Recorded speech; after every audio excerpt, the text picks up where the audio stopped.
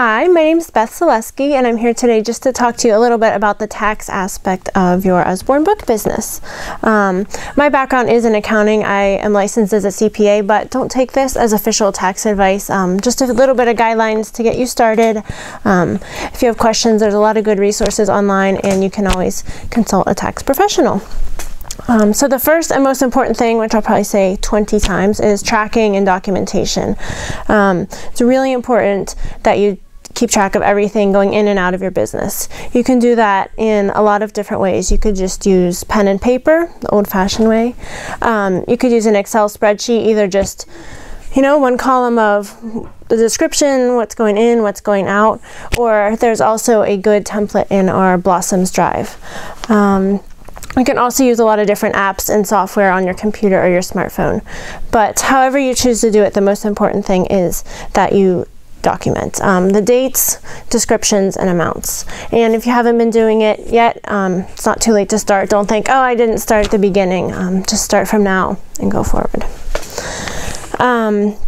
So obviously there's two sides. There's income coming in and there's expenses going out. So the first part is income.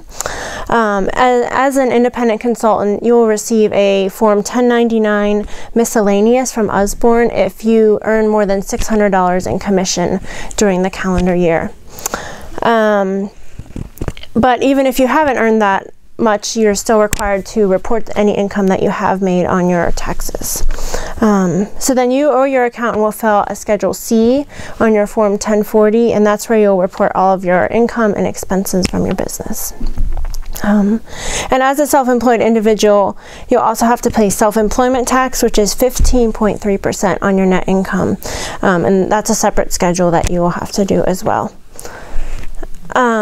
That's the bad part. You have a lot of taxes to pay. The good part is there are deductions that can reduce your income and therefore reduce the income taxes that you have to pay. So obviously you'll want to claim all the taxes that you're entitled to.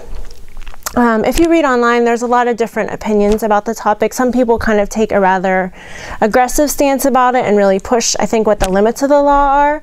I personally like to walk what I think is right down the middle of the road. You want to take everything that you're entitled to, but you don't want to go beyond the scope of the law, both just to be ethical and also in case you will be audited. You obviously want to make sure that you're following what the rules are. So what the guideline of the law says is that you can deduct all ordinary and necessary business expenses. And some of those are pretty obvious. Things like business cards, promotional items, vendor fees, postage, anything that's going straight into your business can be deducted. Something else you can deduct is mileage. Right now for 2015, the mileage rate is 57.5 cents per mile, which can add up pretty quickly, even for small trips to the post office, for vendor fairs, home shows, things like that.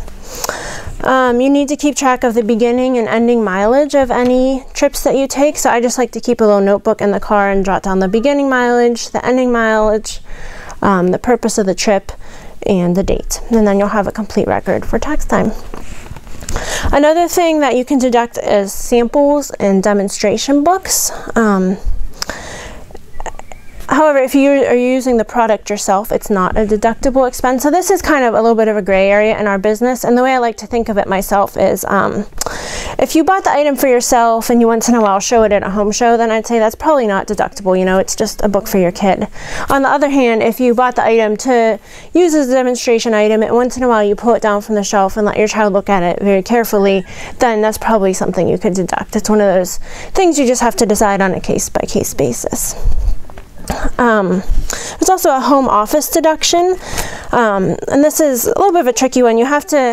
The space you're claiming as a home office has to be used exclusively for business on a regular basis. So the two words there are exclusive and regular basis. That's 3 words. So you can't just be, for example, I just run my Usborne business out of my living room, have my stuff on the end table, I have my laptop on a tray table. It's not a home office because my kids are playing there and they're sitting there to watch TV. But if you do have a space that you're using exclusively for that, you can deduct it in one of 2 ways. You can calculate your actual expenses, mortgage, utilities, insurance, and divide that by the square footage of your house and the square footage of your office, come up with a number. The simpler way is that you can count $5 per square foot of your home office, and that can't exceed 300 feet, which if you have a 300-foot office, invite me to your house, I'll come live there. The last area that you can deduct is meals and entertainment, and this is a really important place to keep records. You need to note the business purpose and the amount of each expense, the people that attended the meal or that you were entertaining, the date and the place, just to document that it's a legitimate business expense. And generally only half of those expenses can be deducted because they figure you still have to eat. And something else that is deducted in a different place, half of that self-employment tax that I talked about earlier, that 15.3%, can be deducted on the front of your 1040. So it's a little bit of a bonus that the government gives us. So now we have the income and we have the expenses, and that comes out to a net number on which you pay taxes. And so the big question is, how much can I expect to pay? And the answer is, I don't know. It varies widely on your own financial circumstances, whether you're itemizing, you know, the size of your family, etc., etc. But there is a good website that we're going to get in the video comments or on screen. The IRS has that you can estimate your taxes. But to use this tool, it's not just like you can put your fingers on there and it magically derives your information. You have to know your income and your expenses for your business, and also your income and your expenses for your home and your family. But if you put that in, it does give you a pretty accurate estimate of how much you will be paying, and also if you want how to adjust your withholdings from your job or your spouse's job to arrive at the correct number at the end of the year. And you can adjust that at any time. I always call my husband, I'm like, change it to a 12, or, you know, oh, back to a whatever, just to kind of come close to the number that we want. And this is the place where I recommend, if you're unsure about this, you can just contact a tax accountant and they'd be happy to at least point you in the right direction. So in my opinion, it's always a good idea to set aside a little bit for taxes. The number I've heard thrown around is 25%. Hopefully it won't be that much, but it's always better to have a little bit extra set aside, I think, than to have a surprise in January or February that you owe that money to the government that you don't have because you spent it. So. And then the last thing is estimated taxes. You do have to make quarterly estimated taxes if you expect to owe more than $1,000 when you file. So if you need to know if that's you, you can go back to the tax estimator that I talked to, or talk to a tax professional. So I guess my takeaway would be that taxes and record keeping are kind of a necessary evil of running your own business. It's not fun. No one really wants to do them. But if you keep track of things throughout the year and just kind of are aware of the things that are expenses that you need to keep track of, it's something that's manageable and doable.